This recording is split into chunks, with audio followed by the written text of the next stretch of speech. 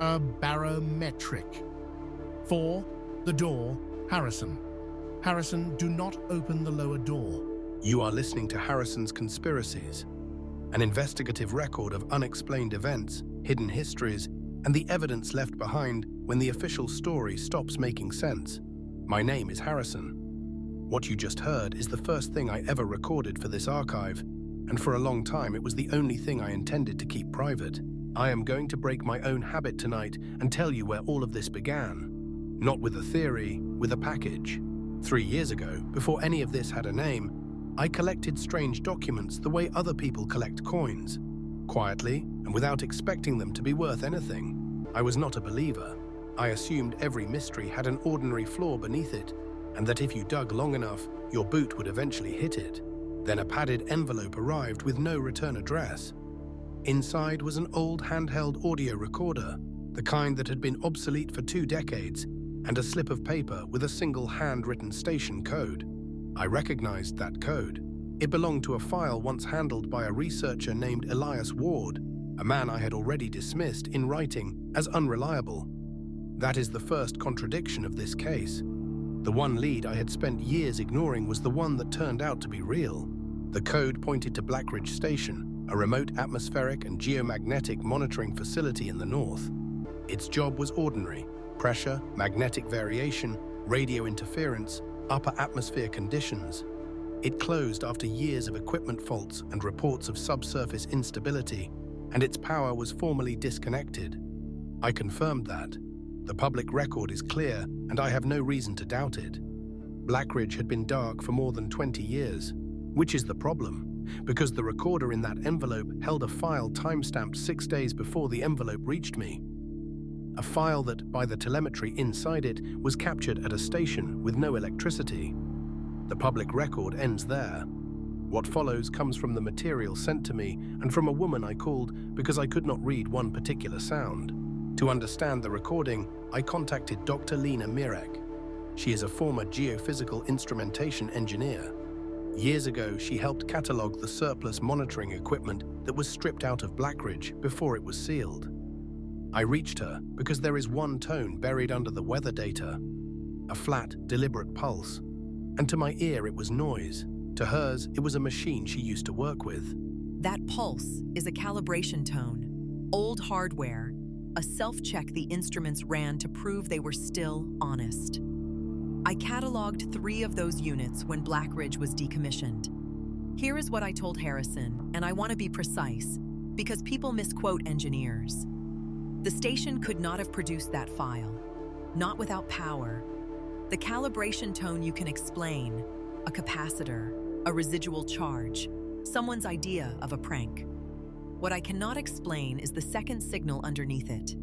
That one does not belong to any instrument I removed from that building. And you told me something about the plans. The later site plans are missing a level, the lower station level, the one below the instrument floor. It's simply not on the drawings the decommissioning crew worked from. I assumed it was a paperwork error. I would not assume that anymore. That is all I can give you honestly, Harrison. The rest is yours. I went to Blackridge. I want to be clear about what that means. I am not a brave man. I am a stubborn one, and the two are easy to confuse on a recording. Dr. Mirek gave me the technical key. The building gave me the lock. There was no power connection, nothing feeding the place exactly as the record said. The instruments were intact and dead, and on a bench near the far wall was a recorder identical to the one mailed to me. One terminal was warm, only one. In a building with no electricity, one terminal was giving off heat, and its screen held a single timestamp repeating, a timestamp that had not happened yet. When I checked it later against my own notes, it matched, to the minute, the planned publication time of this show's first trailer, a show I had not yet decided to make. I am not going to tell you the future is written. I do not believe that, and the evidence does not require it. What the evidence requires is smaller and stranger, that whatever is at Blackridge can catch signals that are not local, across distance and perhaps across time, and that it was, for reasons I still cannot give you, listening for me. The recording told me not to open the lower door. The plans said the lower door did not exist. Both were wrong in the way that matters. It exists, and I found it. The signs around it did not behave. Condensation moved up the metal. A compass I brought could not hold north. There was a vibration through the floor you felt in your teeth before you heard it. I did not open the door. I am not being modest. I was afraid, and the fear was the correct instrument. What I did was slide a second recorder through the gap at its base and let it run. It captured the same pulse. It also captured something I have not been able to classify: layered voices at a distance, a sound like wind inside an enclosed space far too large to exist under a weather station, and fragments that, when I cleaned them up, were in my own voice. Recordings I had not made yet. I cannot prove where the lower level connects. A buried structure, a fault in the rock, a place where two separate parts of space become, briefly, close enough to hear each other. I cannot prove the connection to anything larger. I can only show you why I stopped dismissing it. When I came back up, the warm terminal was cold. My vehicle had been searched, carefully by someone who wanted me to know it. The original recorder, the one from the envelope, was gone, and there was a note left on the seat, in the same hand as the station code. Unverified stories disappear. Recorded stories become evidence. I will not tell you who wrote it, because I do not know. A hidden ally. A group watching the station. Elias Ward, alive after all. Something using our own machines to answer us. Every one of those is a theory. None of them is a finding. Here is what I decided on the drive home, and it is the reason this archive exists.